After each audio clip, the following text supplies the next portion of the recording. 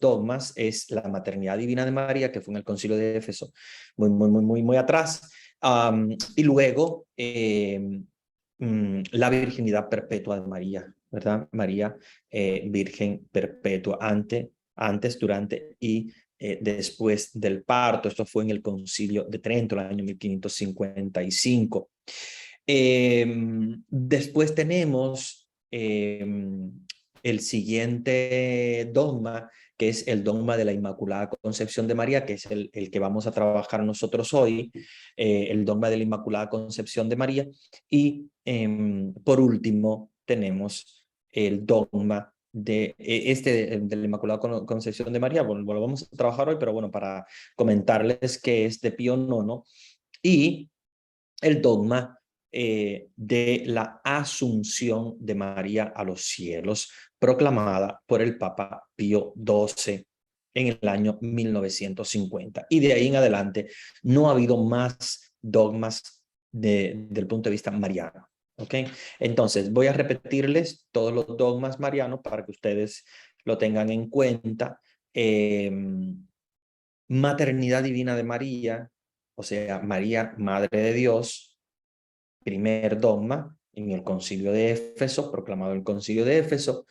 Segundo dogma, virginidad perpetua de María, y esto data obviamente desde el segundo concilio de Constantinopla en el año 553, pero reafirmado por, digamos, del punto de vista oficial, por el Papa Pablo VI en el concilio. Lo confirmó perdón, Pablo VI, no, Pablo IV, en el Concilio de Trento en el 1555, Pablo IV. Entonces, maternidad divina de María, Concilio de Éfeso, virginidad perpetua de María desde el segundo Concilio de Constantinopla, pero reafirmado por Pablo IV en el Concilio de Trento. Tercero, Inmaculada Concepción de María por el Papa Pío IX. Y la Asunción de María a los cielos por el Papa Pío XII. Papa Pío XII. Muy bien, entonces, bueno, el de la Inmaculada Concepción de María es del año 1854, para si quieren tener los años, y la Asunción de María a los cielos es del año 1950. ¿Ok? Entonces, hay otras doctrinas sobre María, pero no son consideradas dogmas. Son enseñanzas. ¿Qué quiere decir que no son dogmas? Son enseñanzas muy antiguas, son cultos que se han dado a María, ¿verdad? Desde la antigüedad. Sin embargo, ningún papa lo ha considerado como un dogma, pero sí es considerado una doctrina. Los dogmas y las doctrinas tienen diferencias, tienen algunas semejanzas. Sí tienen mucha semejanza.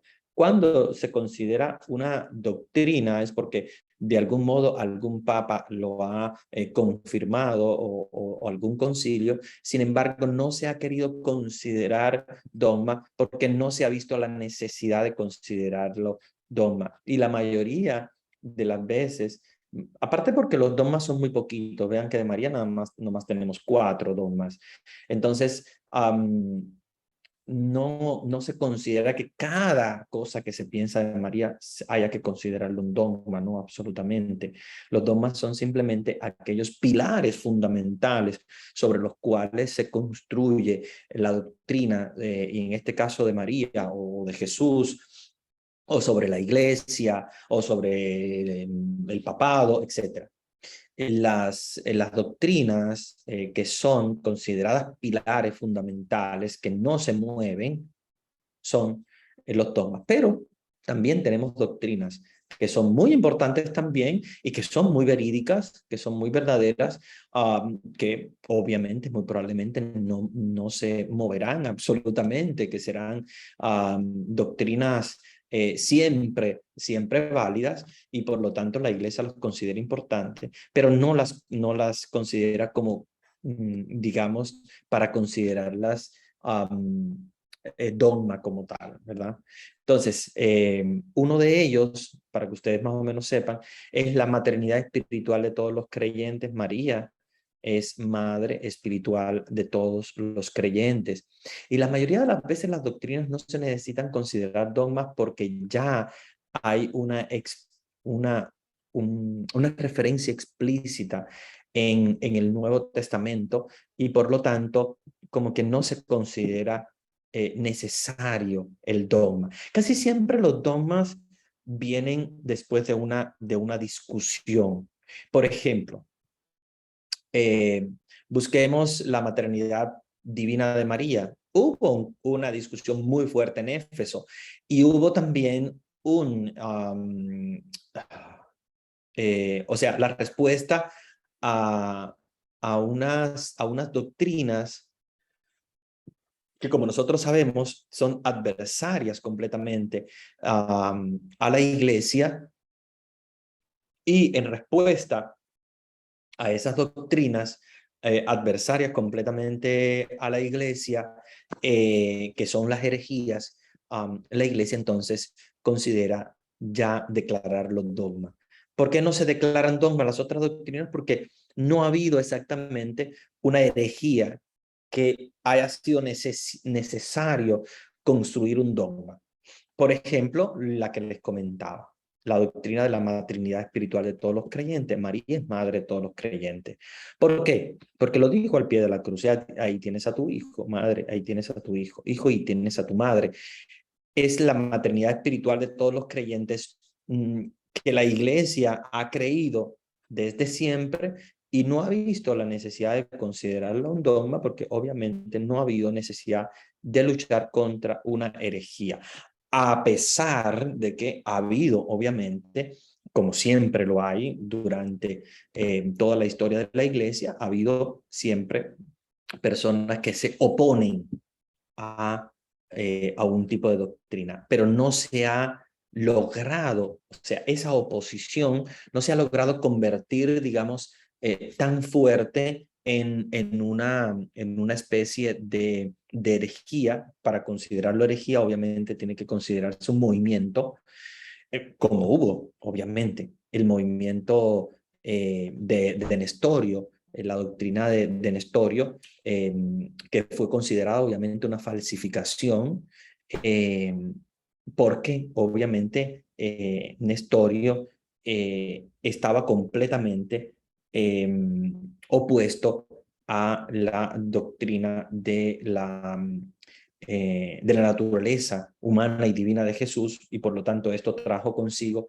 un movimiento herético, o sea, de herejía, en contra de la maternidad divina de María, y el concilio vio la necesidad de considerar entonces un dogma para que, como decir, bueno, vamos a cerrar la discusión, esto es de esta manera, Dios nos ha revelado esto, no tenemos por qué ahora mismo seguir una discusión que no tiene absolutamente ningún sentido, ¿verdad? Y por eso entonces se consideró la maternidad divina de María como el primer dogma. Sin embargo, lo que les decía, lo que les comentaba de la maternidad espiritual de todos los creyentes, no ha sido necesario considerarlo un dogma, porque de hecho es una doctrina bastante fuerte. La intercesión de María también, como lo sabemos, Jesucristo es el único mediador entre Dios y el hombre, ¿verdad? Pero esto no excluye un papel secundario de parte de María como intercesora, siempre dependiente de Cristo, ¿verdad? Siempre lo hemos comentado acá en nuestras clases. María es un papel secundario, es dependiente de Cristo absolutamente, porque de él depende obviamente también su inmaculada concepción.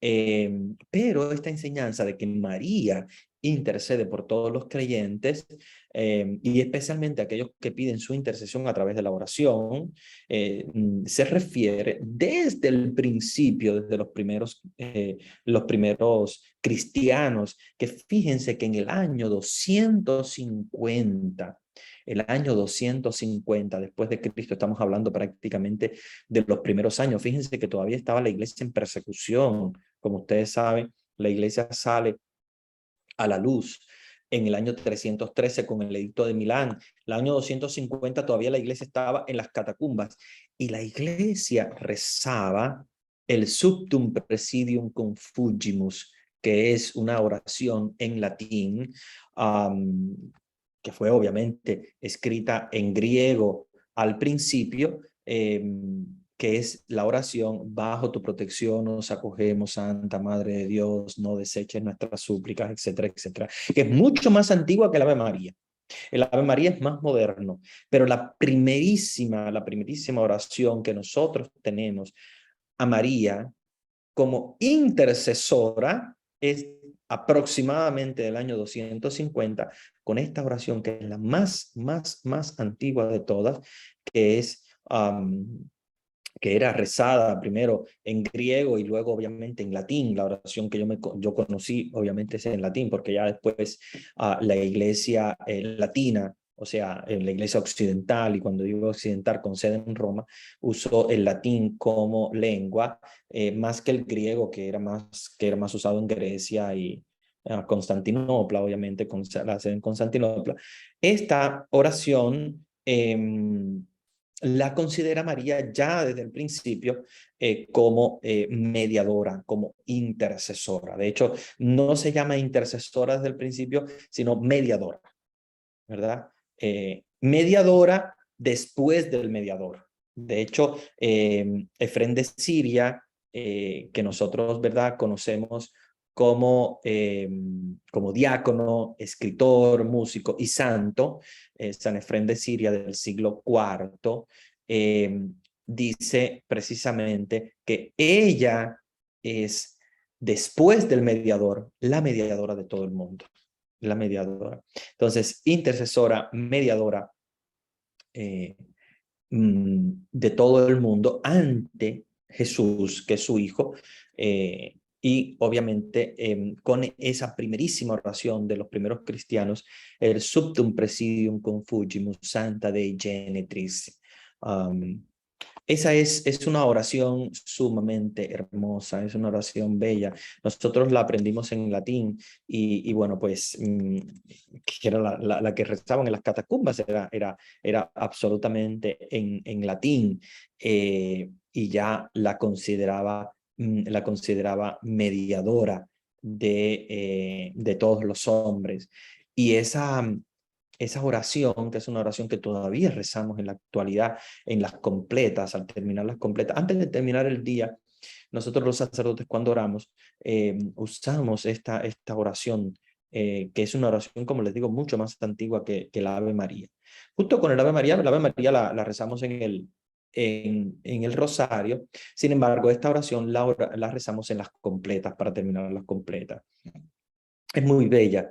En latín dice: Subtum presidium confugimus Santa Dei Genitrix, nostras deprecationes ne despicias in necessitatibus nostris, sed a periculis cuntis libera nos semper, Virgo gloriosa et benedicta. O sea, ¿qué quiere decir? Subtum presidium confugimus, está diciendo bajo tu protección, bajo tu amparo, ¿verdad? Nos estamos nosotros acogiendo, confugimos, o sea, nos reunimos, nos acogemos debajo de tu protección. Santa Dei Genitrix. Vean cómo ya la consideran Santa Madre de Dios. Santa Dei es Dios, Genitrix es generadora, ¿verdad? O sea, madre. Santa Dei Genitrix, o sea, Santa Madre de Dios. Nostras deprecaciones, ne despicias in necessitatibus nostris, nos está diciendo precisamente que nuestras necesidades o nuestros problemas o nuestras dificultades, no las desprecies, ¿verdad? Cuando estamos en el momento de la necesidad.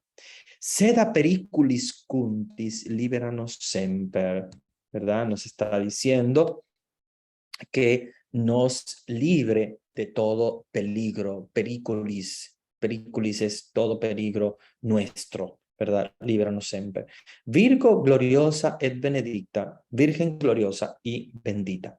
Entonces, esta es una oración sumamente pequeña, vean que es pequeñísima, pero es la primera oración dedicada a la Virgen María, que nos habla ya de la intercesión, de la intercesión.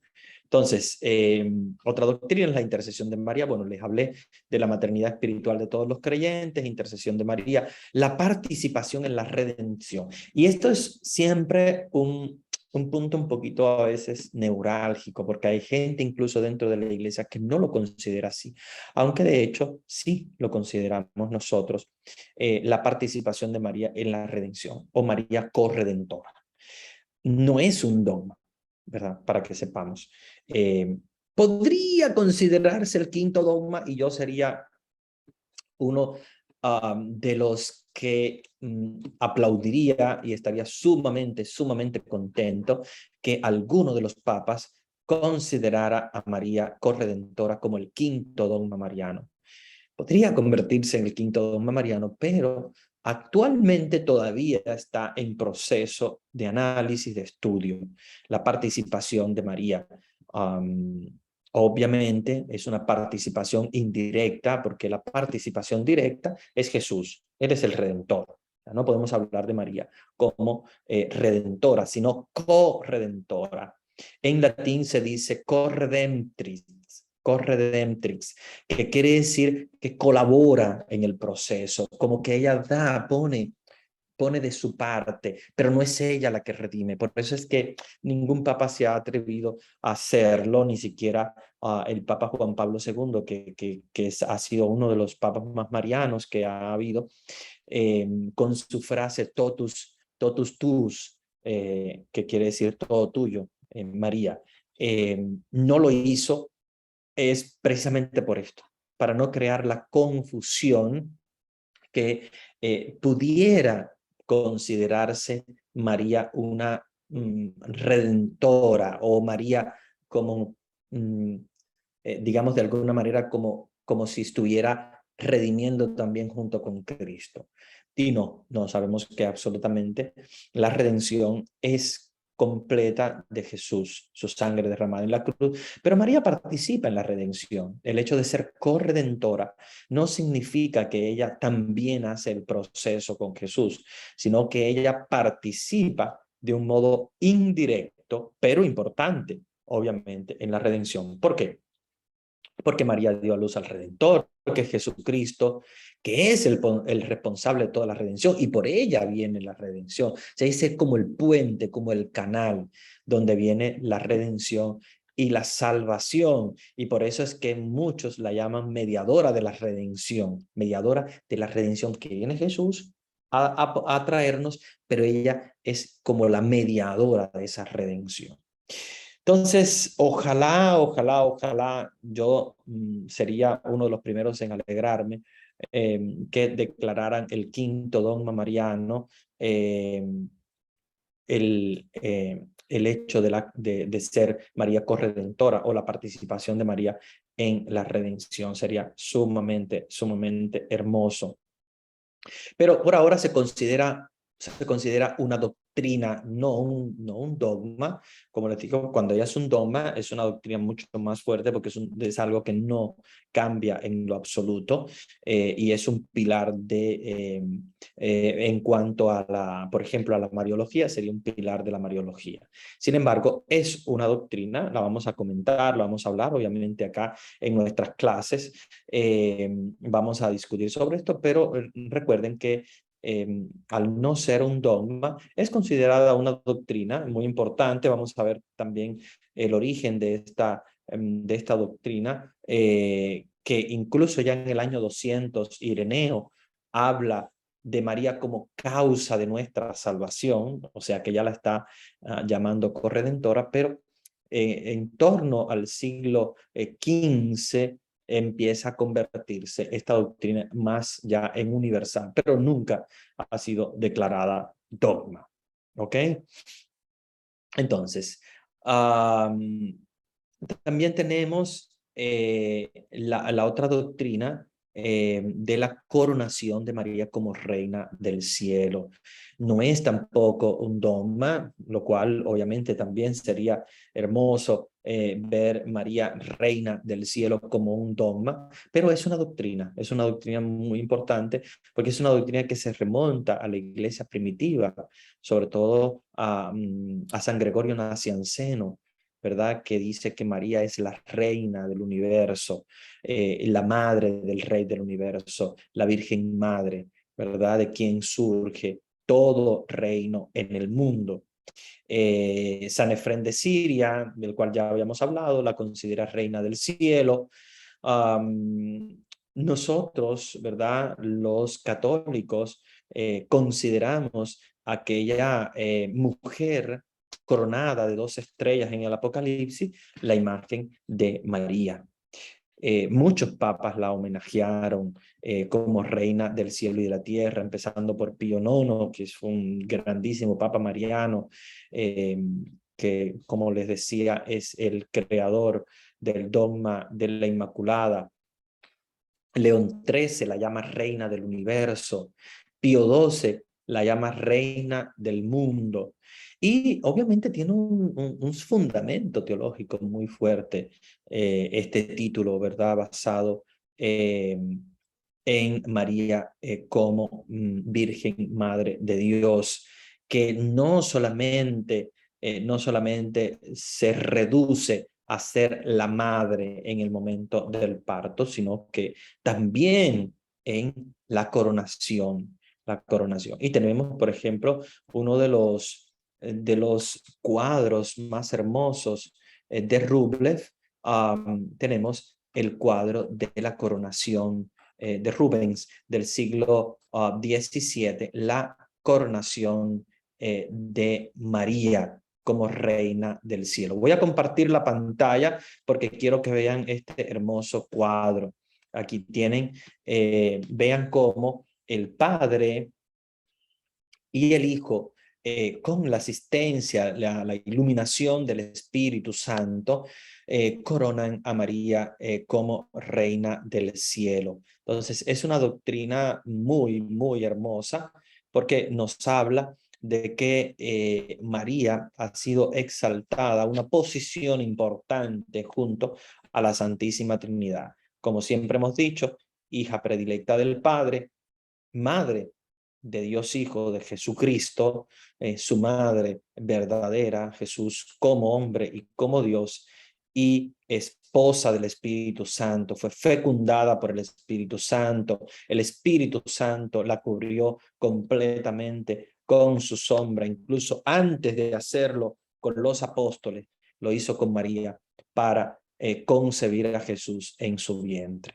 Y este cuadro hermoso de Rublev de la coronación de la Virgen María es un cuadro que deberíamos siempre contemplar y ver cómo nuestra madre allí coronada como en el Apocalipsis, ¿verdad? Coronada de 2 estrellas que tiene como pedestal la luna. Ella junto con la Santísima Trinidad forman, ¿verdad? Una unión muy profunda, una unión muy profunda.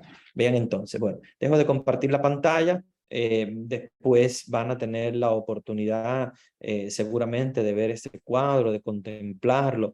A mí me gusta siempre en la oración a veces hacer un poco de oración de contemplación. No sé si ustedes, bueno, no quiero acoger este paréntesis para hablarles de esto.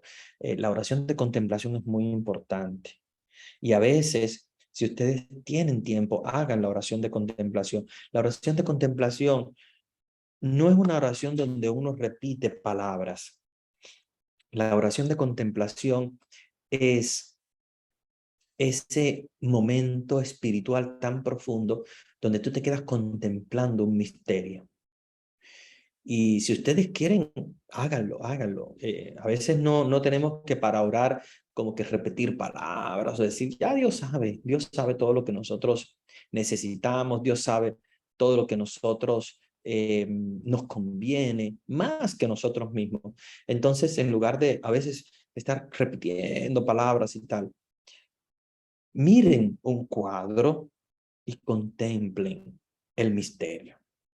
Si ustedes miran este cuadro de la coronación de María y contemplan al Padre, al Hijo, al Espíritu Santo, los ángeles alrededor, la luna a sus pies, la corona que está coronando la cabeza de María y esa Madre Virgen pura, absolutamente pura, en el cielo, contémplenlo. Y contemplar no quiere decir hablar, no hay que hablar nada, simplemente contemplenlo, mírenlo, mírenlo.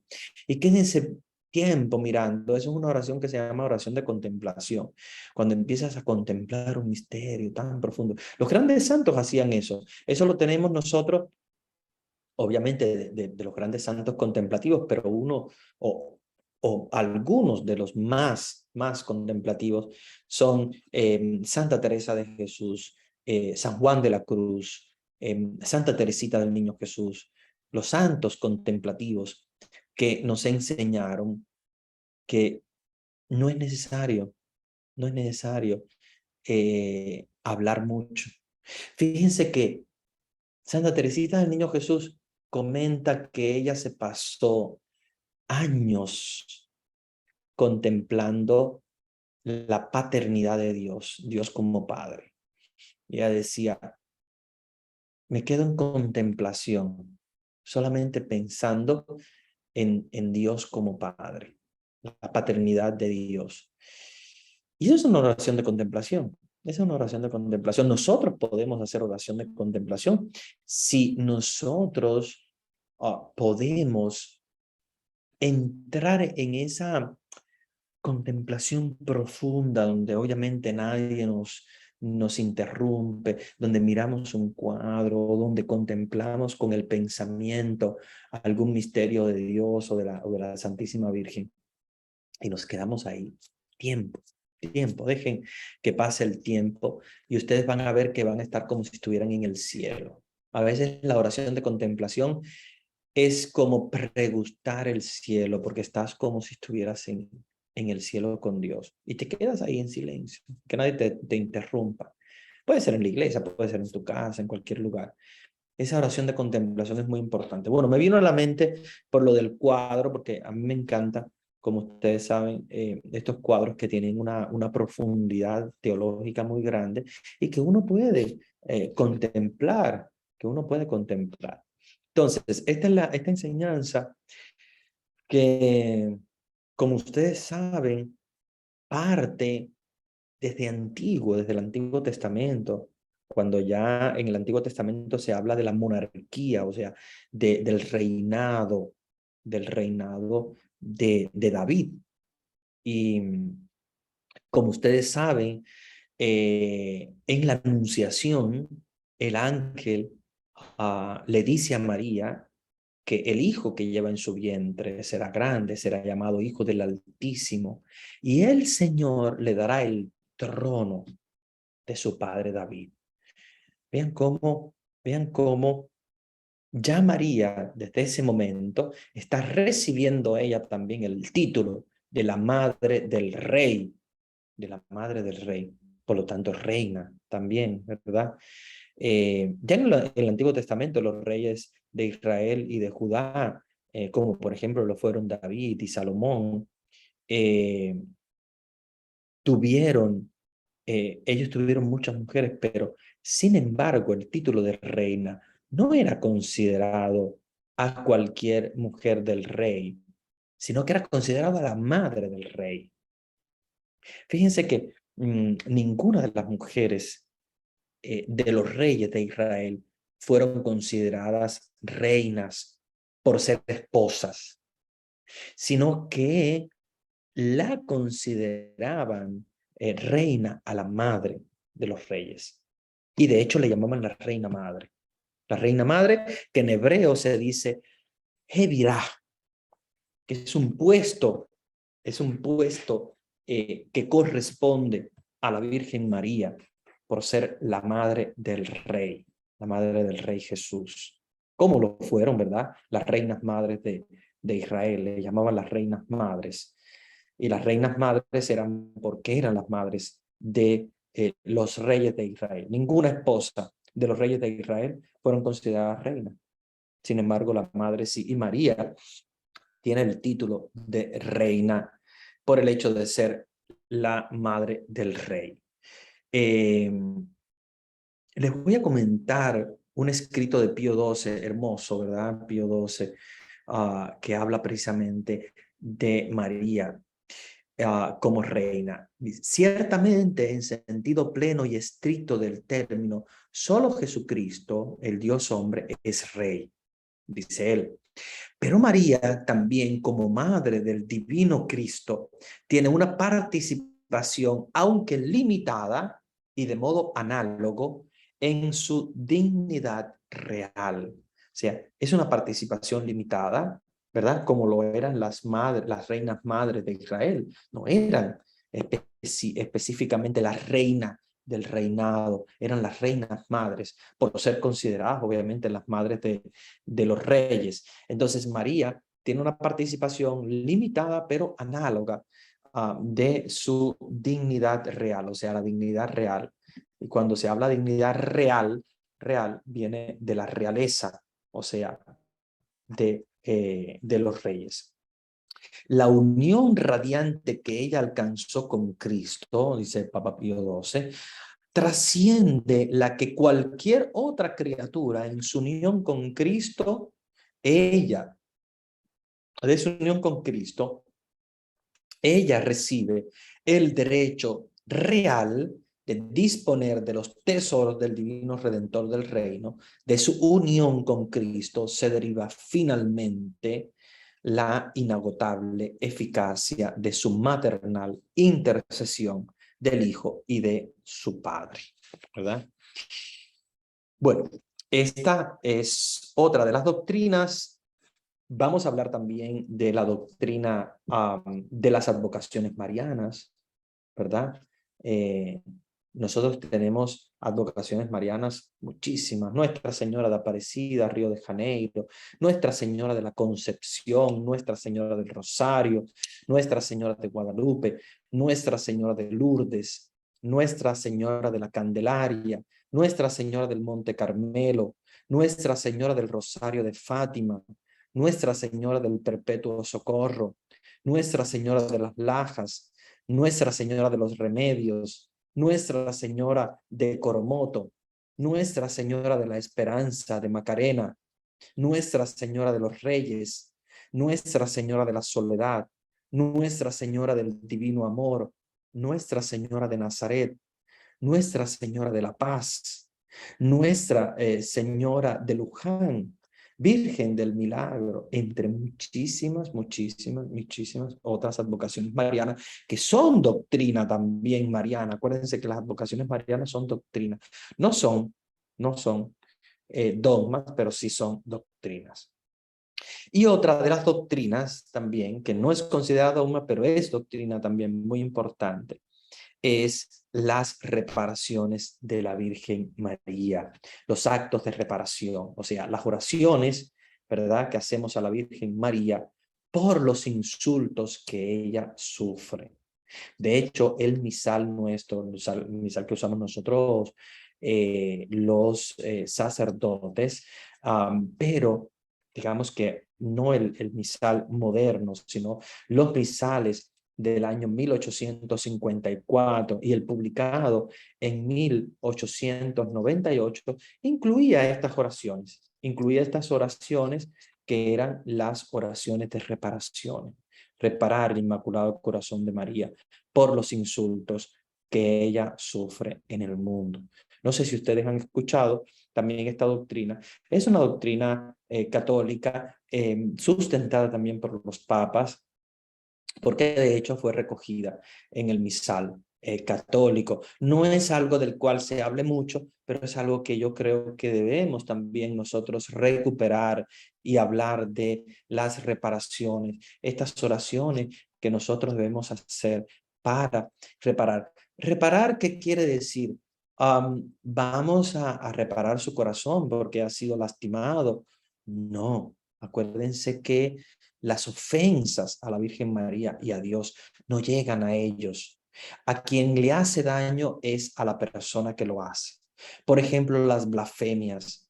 El hombre blasfemo, la persona que blasfema, no está haciendo un daño a Dios, no está haciendo un daño a la Virgen María. Las blasfemias no llegan al cielo. Sí le está haciendo un daño a esa persona. Entonces, cuando hacemos las oraciones de reparación, no estamos reparando algo que digamos, afectó a María o a Dios, porque no les afecta en lo absoluto. Recuerden que ellos están en el cielo y estas, digamos, maldiciones o ofensas o blasfemias que hacen las personas no llegan absolutamente a ellos, pero hacemos las reparaciones por las almas de las personas perdidas que lo hacen. Yo viví en Italia. Italia es un país muy católico, pero muy blasfemo, muy blasfemo. De hecho, hay personas que hablan y hablando en menos de 5 minutos dicen una blasfemia.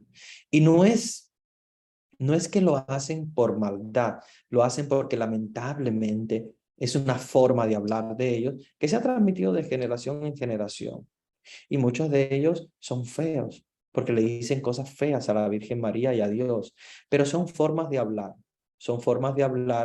eh, que ofenden a la persona y al corazón de la persona que lo está haciendo. Pero nosotros decimos reparación del corazón inmaculado de María o reparación de la Virgen María para reparar esas ofensas, ¿verdad? De personas que lo hacen, pero como para llenar el mundo de reparación y reparar a esas personas que lo están haciendo. No a la Virgen María, repito, ni a Dios, porque ellos obviamente no se ofenden porque no les llega a ellos. A quien le hace daño, en realidad es el alma de la persona que lo está recibiendo. Entonces, vuelvo y repito, dogmas marianos son 4.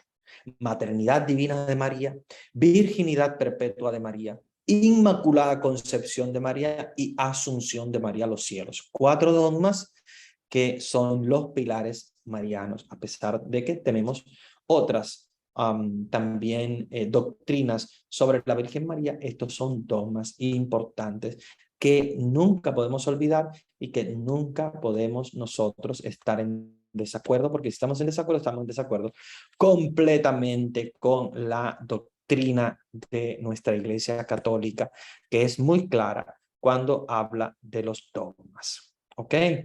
Bien, vamos a hablar entonces sobre las sobre los dogmas, ¿verdad? Les dije que hoy quería comenzar, no vamos a tocarlo completo porque obviamente no nos va a dar tiempo, pero vamos a hablar sobre María Inmaculada. María Inmaculada, María Madre de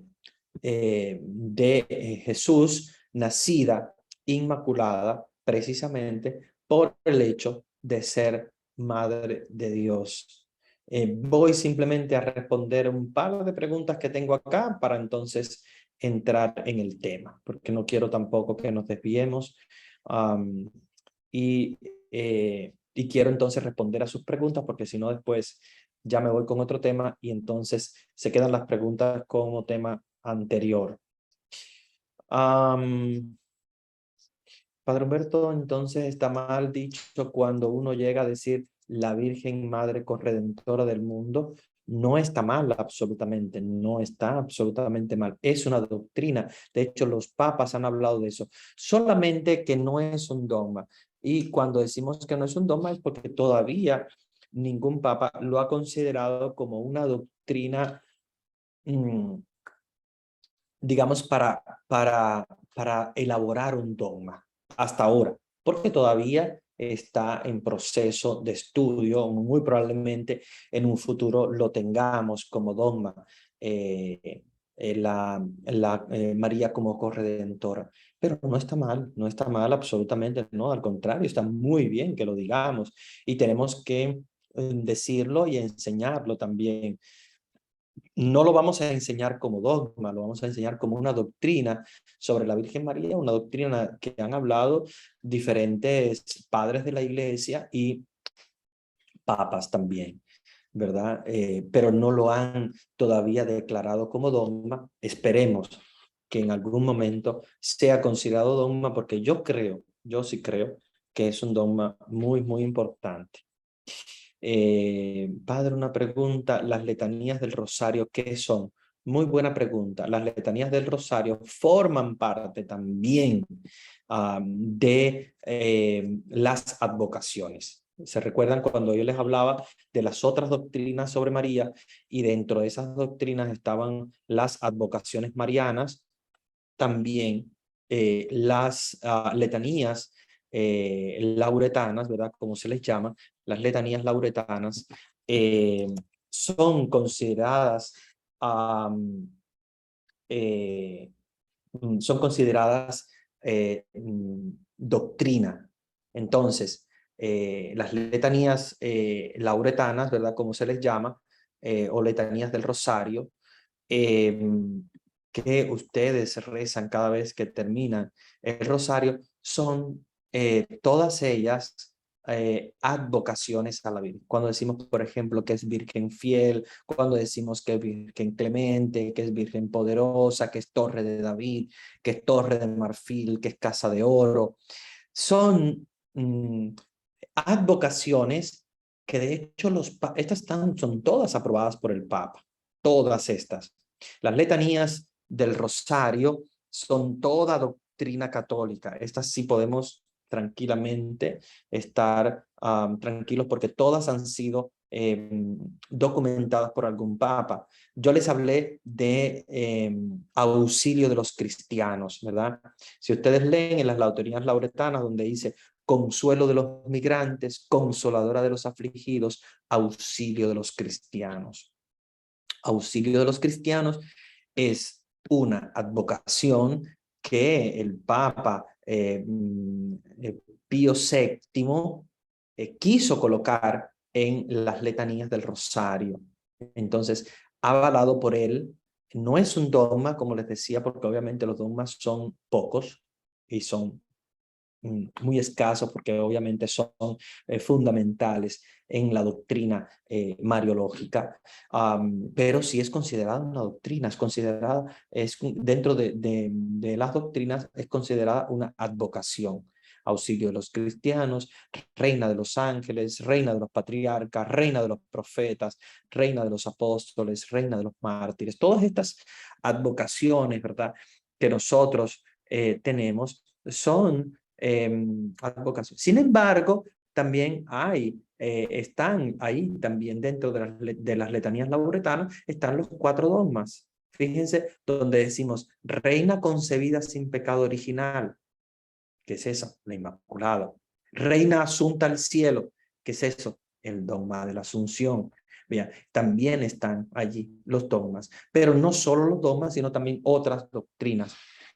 Ahora, cuando me refiero a que las doctrinas no son dogmas, no quiere decir que no sean aprobadas ni que no sean tampoco positivas. No, no, no, sí lo son. Las doctrinas sí lo son, solo que no llevan la fortaleza, digamos, de un dogma. ¿Ok? Pero sí son doctrinas, sí son aprobadas por el Papa, sí son aprobadas por toda la Iglesia Universal, son doctrina de la Iglesia Católica, que no todas se van a convertir en dogma porque no podemos considerar 100, 150 dogmas, imposible. Los dogmas son simplemente, para que ustedes sepan, son algunas específicas creencias sobre Dios o sobre María o sobre la iglesia, que la iglesia necesita colocar fuerte para decir, basta, no puede haber más discusión sobre esto. ¿Ok? Por ejemplo, el dogma de Jesucristo, es Dios y es hombre. Entonces, ante las herejías de que Jesús no era hombre, que Jesús simplemente era Dios y lo que veíamos de hombre era un fantasma, O lo contrario, que Jesús solamente era hombre, que no era Dios nada, era simplemente un hombre cualquiera. Estos son herejías que la iglesia tuvo que obligatoriamente colocar un dogma. Jesús es hombre y es Dios. Entonces, vean que los dogmas son poquitos porque muchas veces la iglesia necesita colocar dogmas para reafirmar una doctrina en contra de una herejía. Pero cuando no hace falta hacerlo, pues la iglesia declara simplemente una doctrina.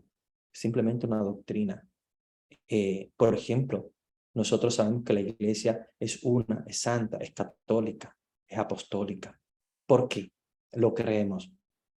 Por fe y porque es una doctrina de la iglesia, sobre la iglesia, pero no necesita la iglesia colocarlo como dogma. Sin embargo, la infalibilidad pontificia, es una palabra un poquito difícil, yo sé, pero la infabilidad pontificia, sí, la iglesia y el papa consideraron necesario colocarla como dogma. ¿Por qué? Porque en esa época se vivía una guerra muy fuerte y una herejía en contra del Papa, de que el Papa simplemente era un hombre como cualquier otro que decía sus ideas y que podíamos creerla o podíamos no creerla. Entonces, ante esa herejía, el Papa tuvo la necesidad de declarar dogma la infalibilidad pontificia. Sin embargo, otras no es necesario, como les decía, la iglesia es una, santa, católica, apostólica. No ha sido necesario colocarla como dogma. Pero sí es doctrina, obvio que es doctrina y muy importante, claro que sí. Si ustedes hablan, por ejemplo, de María, corredentora, no están absolutamente diciendo nada malo ni nada en contra de lo que la iglesia cree, simplemente que no ha sido todavía considerada dogma, por lo tanto la iglesia lo sigue meditando, sí lo declara, pero todavía no lo declara como dogma, o sea, es declarado como doctrina. ¿Ok? Muy bien, muy buenas preguntas, muy buena reflexión.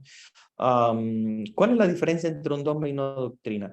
La diferencia entre un dogma y una doctrina, les voy a decir, el dogma, el Papa lo declara ex cátedra. O sea, cuando el Papa declara un dogma, lo declara siempre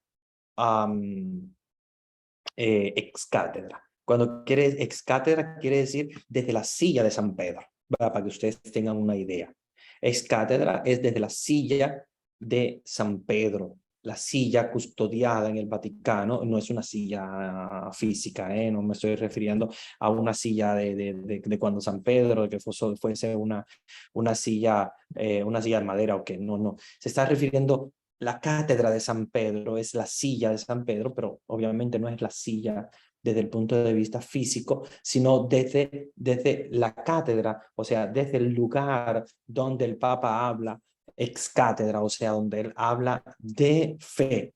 Y cuando lo hace, declarando y firmando el dogma, lo hace completamente para hacernos ver que esto no puede absolutamente haber cambio. O sea, casi siempre es después de una discusión en contra de una herejía y el Papa firma para que no se cambie en lo absoluto. ¿Qué diferencia tiene con la doctrina? Bueno, la doctrina normalmente no es en contra de una herejía, sino es simplemente una doctrina que creemos, pero no hay una herejía en contra de esa doctrina, o por lo menos no es una herejía fuerte como las que han provocado la declaración de los dogmas. Entonces, la diferencia es que los dogmas responden a herejía, las doctrinas no siempre responden a herejía. Los dogmas no cambian en lo absoluto. La doctrina puede cambiar, es opinión de algún papa y tal, pero durante el tiempo puede haber modificaciones. El dogma no va a cambiar nunca, por más que pasen los tiempos ni los papas, ningún papa se puede atrever a cambiar ningún dogma. Entonces, esas son las diferencias, pero ¿cuáles son las semejanzas? Pues que son creencias de la iglesia, son creencias que todos creemos y que obviamente compartimos. En la vocación María Rosa Mística, que por cierto hoy es su día, y qué bueno que lo recuerdas, en verdad. Solo que no sé si ya está como advocación o sigue en proceso, si se debe seguir la devoción, a pesar de que no sé si es que aún no está aprobada, como por ejemplo igual la Virgen de Garabandal. No están todavía aprobadas, obviamente, como doctrina. Sí sí podemos decir que Rosa Mística, en este caso, a diferencia de Garabandal, que la diferencia es completamente grande, para que sepa, Rosa Mística sí está aprobada por la Iglesia, porque de hecho está dentro de las letanías lauretanas. Por lo tanto, Rosa Mística no hay ningún problema en lo absoluto de tener la devoción.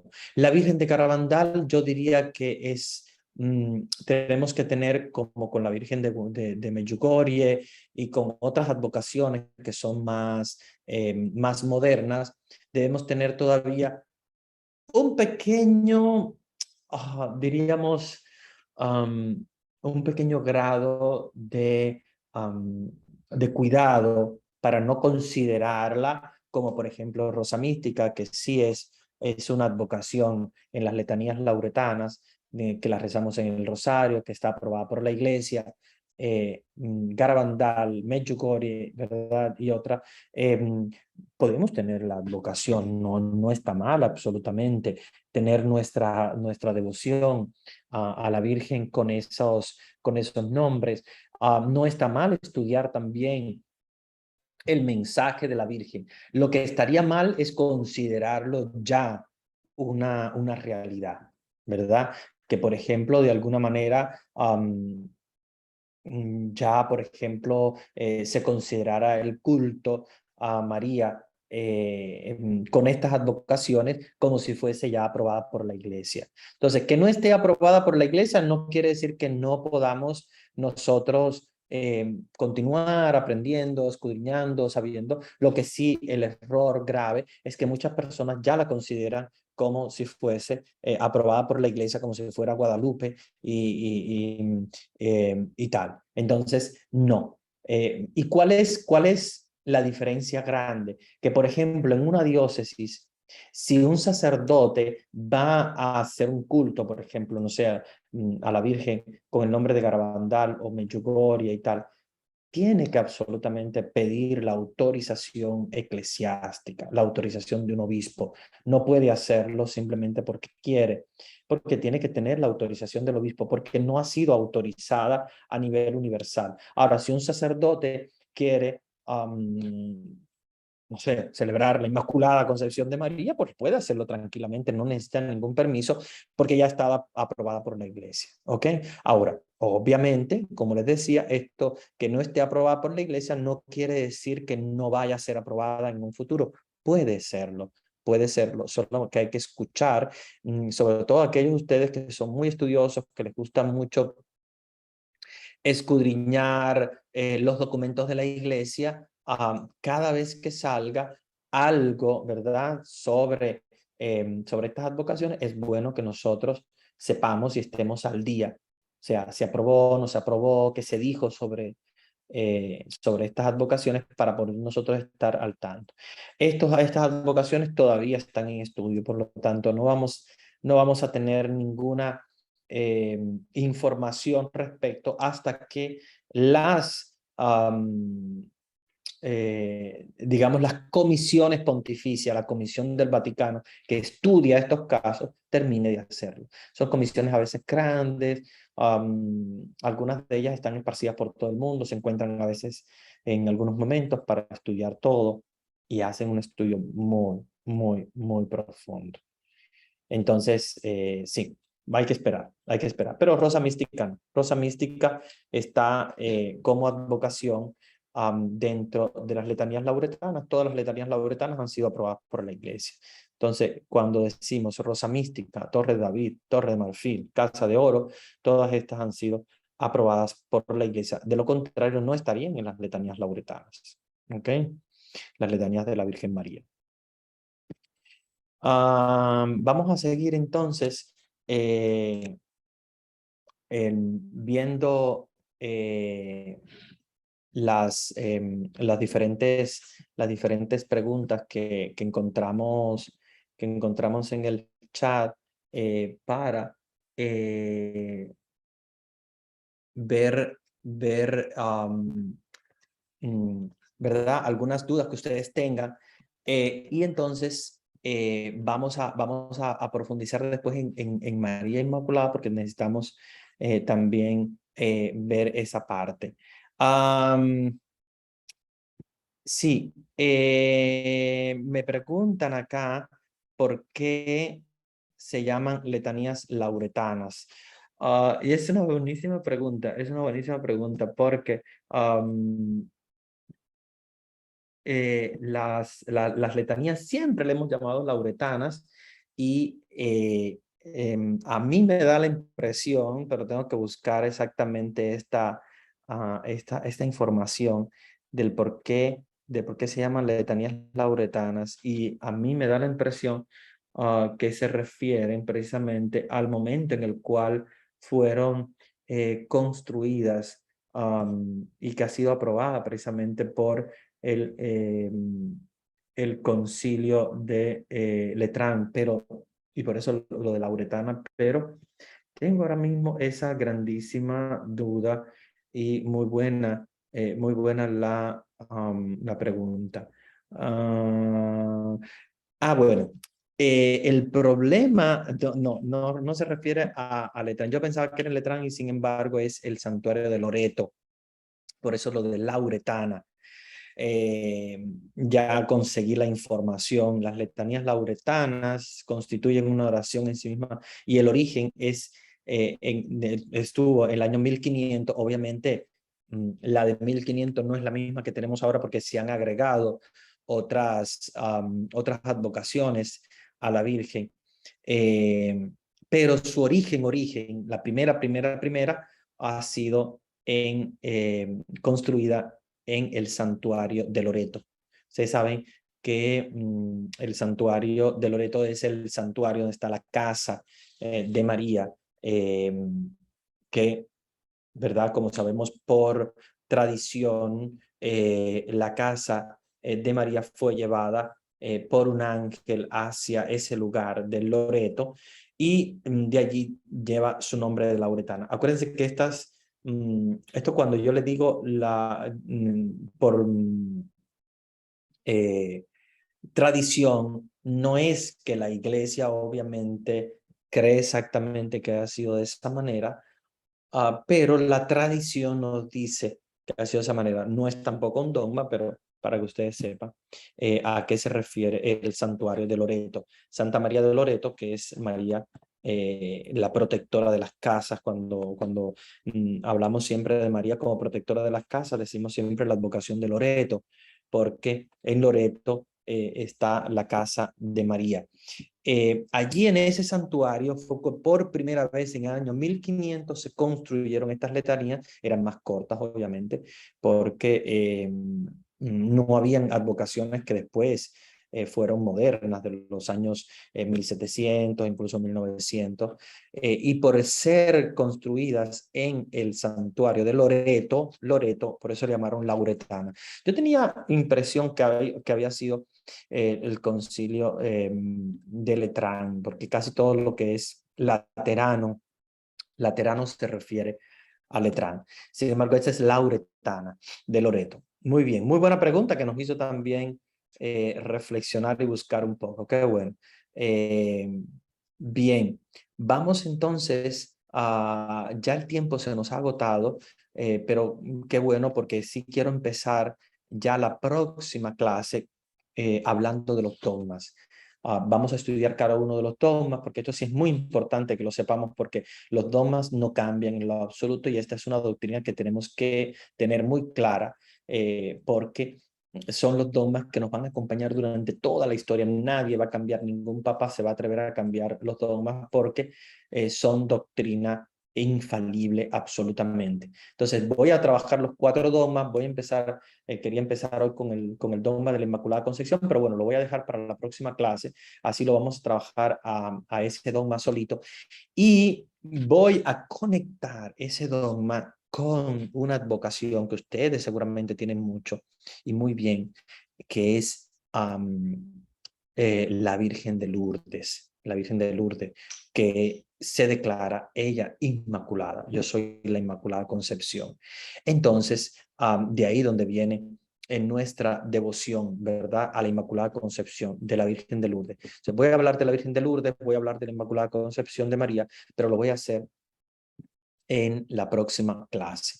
Y quiero terminar la clase de hoy con una oración muy hermosa que a mí me encanta, que se las tengo preparadas aquí, pero yo que no se me haya perdido, pero quiero prepararles una oración muy, ya, aquí está, muy hermosa, muy hermosa. Miren, miren lo que vamos a hacer hoy. Es una oración importantísima. Yo quiero que nosotros hoy hagamos el acto de consagración al corazón inmaculado de María. Nos consagremos al Inmaculado Corazón de María y que María guarde a todas nuestras familias en su Inmaculado Corazón.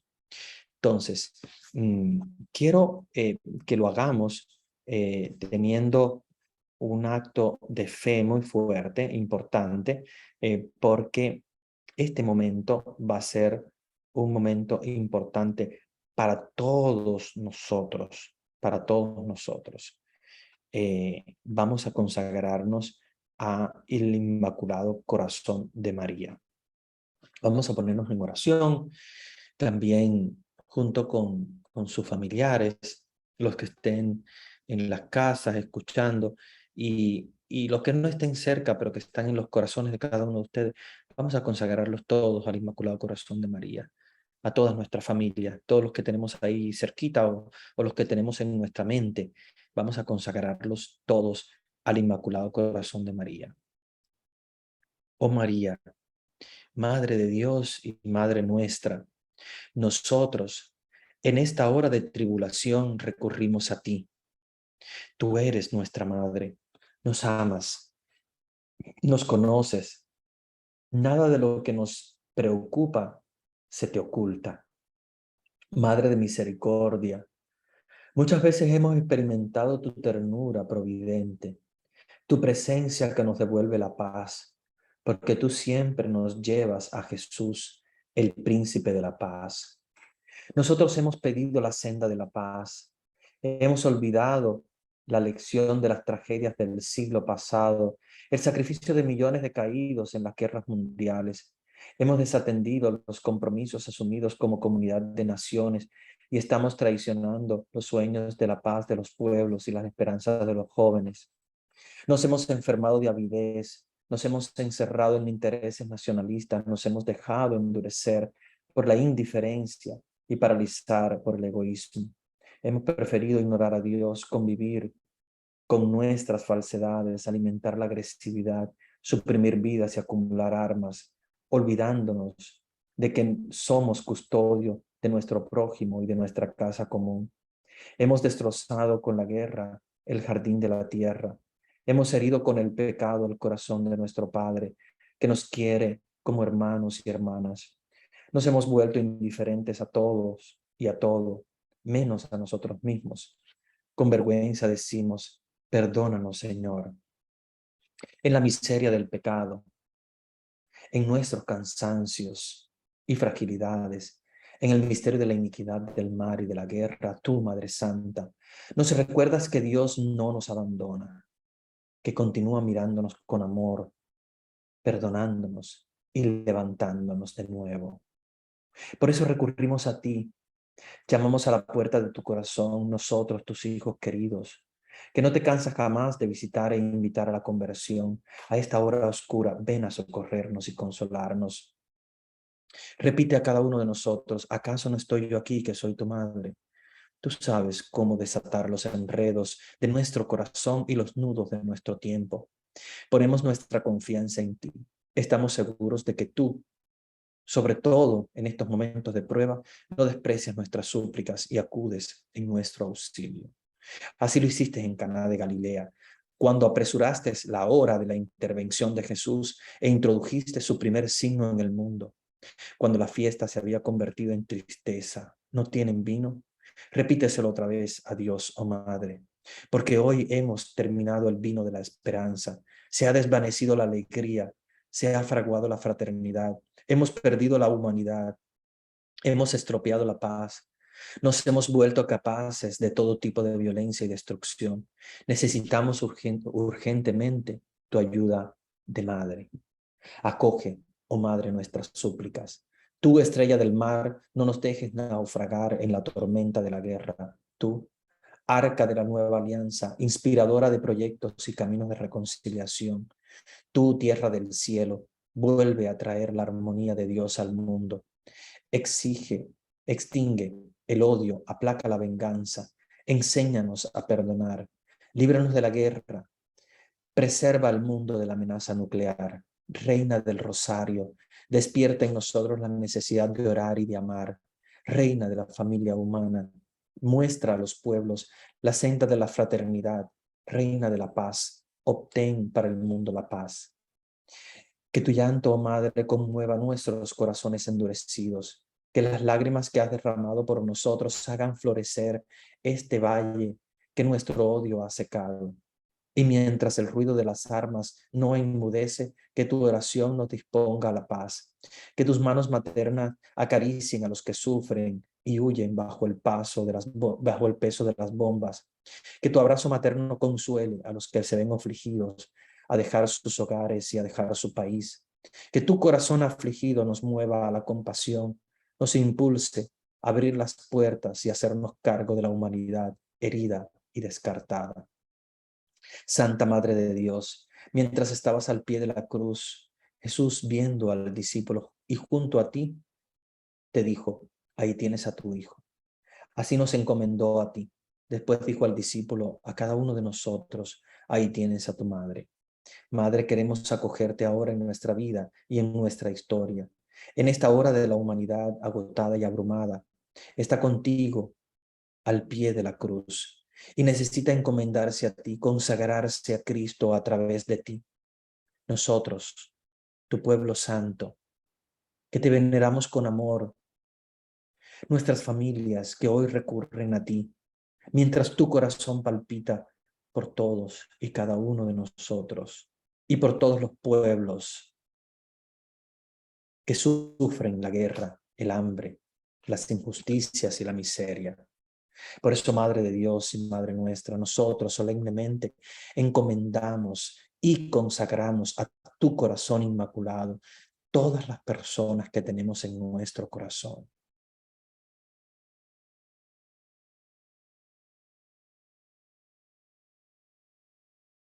Acoge este acto nuestro que realizamos con confianza y amor y haz que el mundo se llene de paz. El sí que brotó de tu corazón y que abrió las puertas de la historia al príncipe de la paz. Confiamos que por tu intercesión la paz llegue. A ti pues te consagramos el futuro de toda la familia humana, las necesidades, las aspiraciones de los pueblos, las angustias y las esperanzas del mundo. Que a través de ti la divina misericordia se derrame sobre la tierra y el dulce latido de la paz vuelva a marcar nuestras jornadas. Mujer del sí, sobre la que descendió el Espíritu Santo, vuelve a traernos la armonía de Dios. Tú, que eres la fuente viva de la esperanza, disipa la sequedad de nuestros corazones. Tú que has tejido la humanidad de Jesús, haz de nosotros constructores de comunión. Tú que has recorrido nuestros caminos, guíanos por las sendas de la paz. Amén. El Señor esté con ustedes. Y la bendición de Dios Todopoderoso, Padre, Hijo y Espíritu Santo, descienda sobre ustedes y permanezca para siempre. Hermanitos y hermanitas, les dejo con Vanesita. No sé si ella, porque esto estaba en una emergencia, no sé si ya logró regresar. Vanesita, si estás ahí. Si no, pues despedimos a todos los hermanos hasta el próximo miércoles. Sí. Yo creo que Vanesita todavía está en, en la emergencia de su trabajo.